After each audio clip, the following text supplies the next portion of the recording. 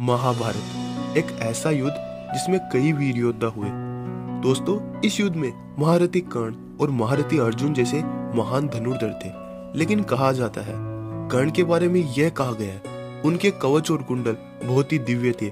कहा जाता है वह अमृत से निर्मित थे। क्या यह सत्य है?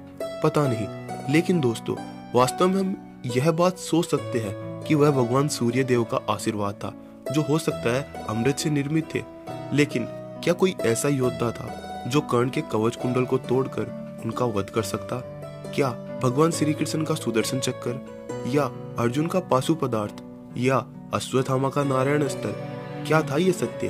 दोस्तों, आज इस वीडियो में जानेंगे। और यदि आप हमारे चैनल पर नए हैं तो चैनल को प्लीज सब्सक्राइब जरूर करें। दोस्तों, सर्वप्रथम कर्ण के कवच और कुंडल के बारे में हम यह जानने की कोशिश करते हैं महाभारत में ऋषि मुनि और देवताओं ने इसके संबंध में क्या कथन व्यक्त किया। इससे ही हम यह पता लगा पाएंगे कि कर्ण के कवच को भेद कर उनका वध कौन कर सकता था। महाभारत वन पर्व अध्याय 300 के अनुसार भगवान सूर्य नारायण अपने पुत्र कर्ण को स्वप्न में आकर कहते हैं, हे कर्ण, अर्जुन के पिता इंद्रदेव अवश्य ही अपने पुत्र की विजय को निश्चित करने के लिए तुमसे तुम्हारे कवच और कुंडल मांगने आवश्यक आएगी, क्योंकि वह जानते हैं कि तुम अपने वचनों को कदापि नहीं भूलते। इस संसार में तुमसे बड़ा दानी कोई नहीं है।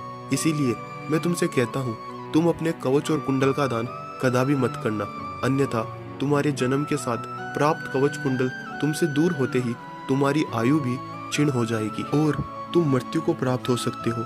इसके पश्चात भगवान सूर्य नारायण कहते हैं, हे कर्ण, इंद्र अवश्य ही तुमसे कवच कुंडल मांगेंगे, किंतु तुम कदापि उन्हें मत देना, क्योंकि जब तक कवच कुंडल तुम्हारे साथ रहेंगे, तुम युद्ध भूमि में अपने प्राप्त श्राप के कारण चाहे किसी भी श्राप से वर्जित हो, तुम किसी भी योद्धा को हरा सकते हो। यदि स्वयं इंद्र भी अर्जुन की सहायता करने युद्ध क्षेत्र में उतर गए तो भी वह तुम्हें पराजित नहीं कर सकता। तो दोस्तों, इससे तात्पर्य होता है कि सूर्य नारायण के अनुसार जब तक कर्ण के पास कवच कुंडल थे, इस संसार का कोई योद्धा उन्हें नहीं हरा सकता। महाभारत द्रोण पर्व अध्याय 180 के अनुसार जब कुरुक्षेत्र के युद्ध में कर्ण के द्वारा घटोत्कच का वध कर दिया गया, यह सब देखकर पांडव और अर्जुन बहुत ही निराश हो गए और बहुत ही पीड़ा महसूस करने लगे, क्योंकि उनके एक पुत्र का वध हो गया। यह सब देखकर सभी पांडव दुखी थे, किंतु स्वयं श्री कृष्ण बहुत ही मुस्कुराने लगे। यह देखकर अर्जुन श्री कृष्ण से कहते हैं, हे मधुसूदन, ये आप क्या कर रहे हो? जब हमारे पुत्र का वध हो गया तो हमें व्याकुल होना चाहिए, किंतु आप मुस्कुरा रहे हो। तब श्री कृष्ण अर्जुन से कहते हैं, हे पार्थ, मैंने इंद्र देव द्वारा दी गई अमोघ शक्ति को घटोत्कच पे नष्ट करवाकर तुम्हें इस युद्ध में विजय दिला ही दी है, और सौभाग्य पूर्वक तुम्हारे पिता इंद्र देव ने भी कर्ण से उनके कवच और कुंडल का दान लेकर तुम्हें इस युद्ध में विजय प्रदान की है। इस प्रकार यदि कर्ण कवच और कुंडल के साथ युद्ध में प्रवेश करता तो इस संसार का कोई भी योद्धा उन्हें पराजित नहीं कर सकता। मैं भी अपना सुदर्शन चक्र ले और तुम अपना गांडीव लेकर भी शायद उसे पराजित नहीं कर पाते। इसीलिए जो हुआ धर्म के अनुरूप ही हुआ है। दोस्तों, इस वृत्तांत में श्री कृष्ण कहते हैं कि मेरा सुदर्शन चक्र और भगवान शिव का पाशु पदार्थ भी कर्ण के कवच कुंडल को नहीं भेज सकता।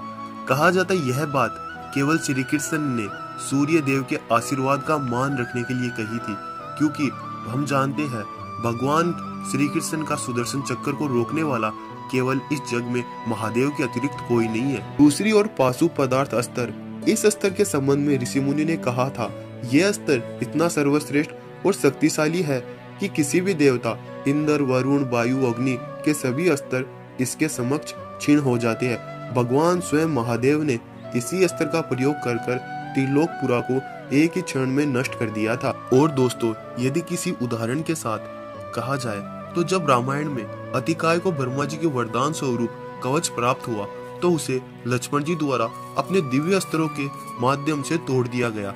इस प्रकार हम कह सकते हैं महाभारत में भी कुछ कथन इस प्रकार से सत्यापित किए गए हैं, जिनके आधार पर हम कह सकते हैं कि महारथी कर्ण के पास जो दिव्य कवच कुंडल थे उन्हें तोड़ा तो जा सकता था भगवान के दिव्य अस्त्रों द्वारा, किंतु उनका वध नहीं किया जा सकता।